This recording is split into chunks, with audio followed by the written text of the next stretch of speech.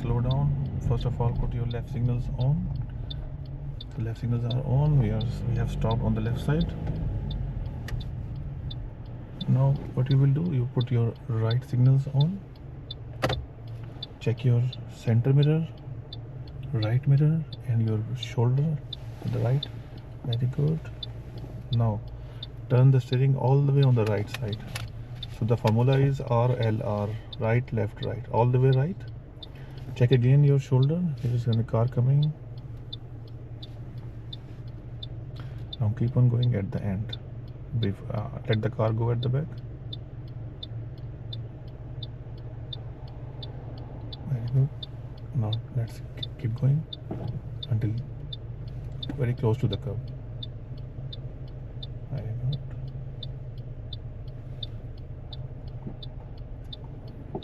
Keep going. Very good. Now stop.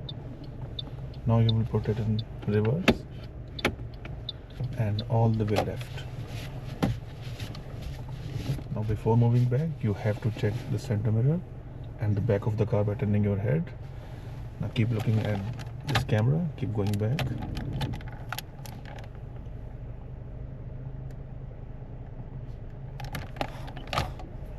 That's it.